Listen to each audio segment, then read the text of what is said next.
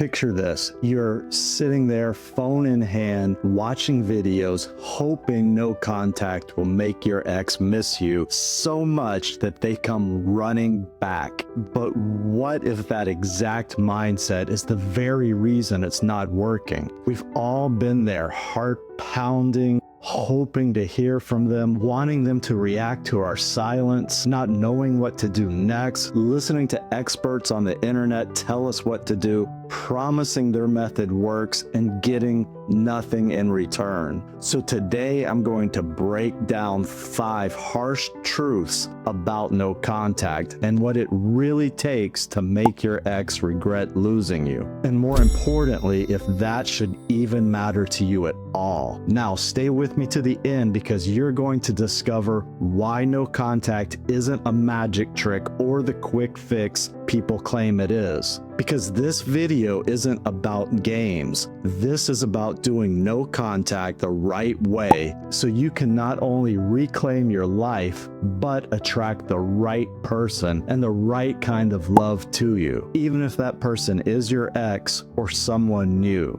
Keep watching because this changes everything. Now, before we begin, I have to tell you something. You're not crazy for hurting. You're not weak for hoping. You're not wrong for wanting your ex back. I've helped hundreds and hundreds of people through breakups like this, and I've been through it myself. No contact is extremely powerful, but not in the way those clickbait, quick fix, or get your ex back now courses promise.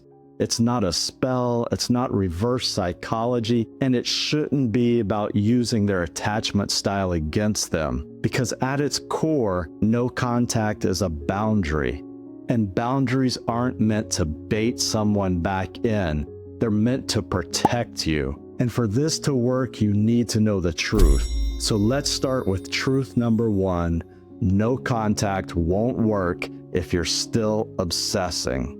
You might not be texting them, but if you're stalking their social media, replaying old messages, or counting the days since your breakup, then they're still living in your mind. And that's not helping because you're stuck in the past. Now, this is essential to understand because who you were in the past and the choices you made then are the reasons you're here now. And guess what? Those choices and that version of you won't bring your ex back. That version of you is trapped in the pain and hurt and longing. Now, if this feels familiar, you're not alone, and things will change if you're doing no contact the right way. And if you're wondering what to actually do during no contact, download my guide, the No Contact Survival Kit, because it gives you the structure and help you need to do this. Now, on to the second truth, and this one's going to hurt, but it will also set you free. Truth number 2, your ex may not ever reach out to you. And that's okay. I know you want them to miss you. You want some kind of sign that they still care. You want to know if no contact is working, but their silence tells you all you need to know. Now, that doesn't mean you never mattered. It doesn't mean it was all fake. It means some people just don't want to come back to you. And some people don't know how to come back to you, even when they really want to, especially if your ex has an avoidant attachment style, because they wrestle with a guilt they'll never admit. Now, what's critical to understand here is this. No contact isn't about figuring out what their silence means. It's about choosing peace, even when you don't get answers. And the reason I say that is because when you're able to feel complete and whole, regardless of someone else's behavior, then that's when you're truly ready to attract and receive real love. The kind that doesn't make you question your worth or guess how they feel. Now, most people spend a lifetime trying to learn that lesson, and many people never do. That's why this third truth is so important. Truth number 3, no contact is really about you. No contact isn't meant to make them suffer. It's not a punishment. It's not a trick to get them back. It's a reset. It's a nervous system detox. It's a way to come back to yourself. So many people go silent just to make their ex chase them. But in the long run, that never works. And the reason I say that is because even if you get them back, nothing has changed. And what that means is this: you end up in the same place again, the same breakup, the same pain, the same hurt. Now, so many people do this. They get their ex back and end up in the same place all over again. I've been there, I've done it, and maybe you have too.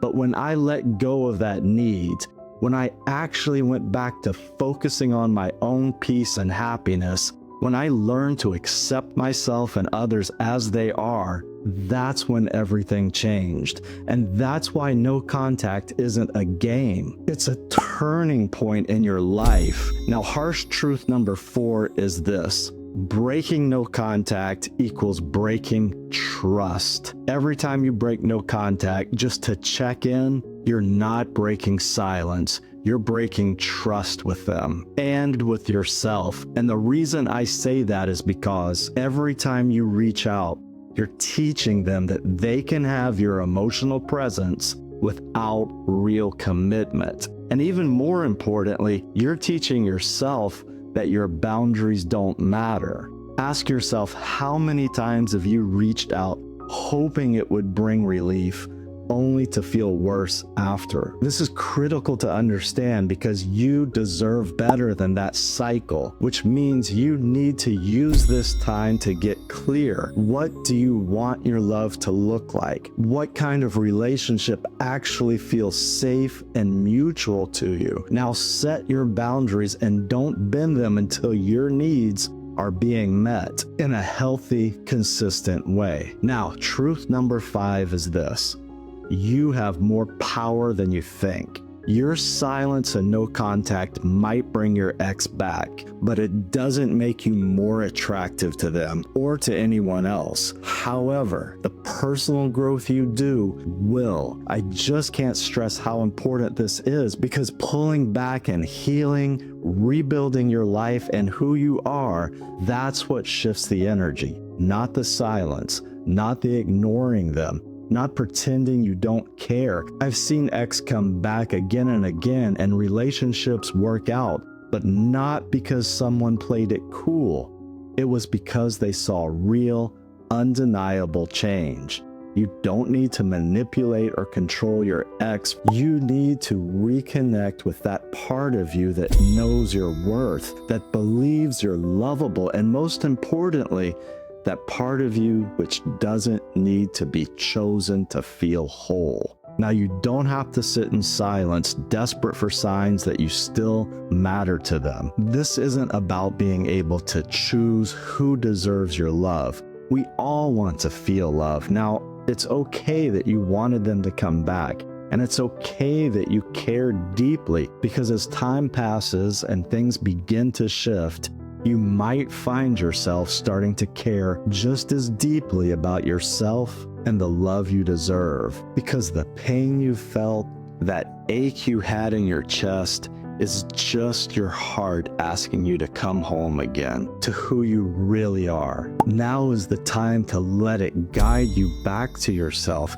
and to someone who can love you in just the way you want, in just the way you need, instead of the pain and hurt of your past. So if you're ready, and if you want to do this with strength, not second guessing, then you can download my No Contact Survival Kit. It's linked below. It's helped so many people already. And if you would, drop a comment below and let me know how you're doing. I read them all and I do my best to reply to everyone I can. And if you're still wondering what your avoidant ex is really thinking during no contact, what they won't say out loud but definitely feel, then watch this next video, the 5 emotional stages an avoidant ex goes through during no contact. It'll help you see their silence in a whole new light.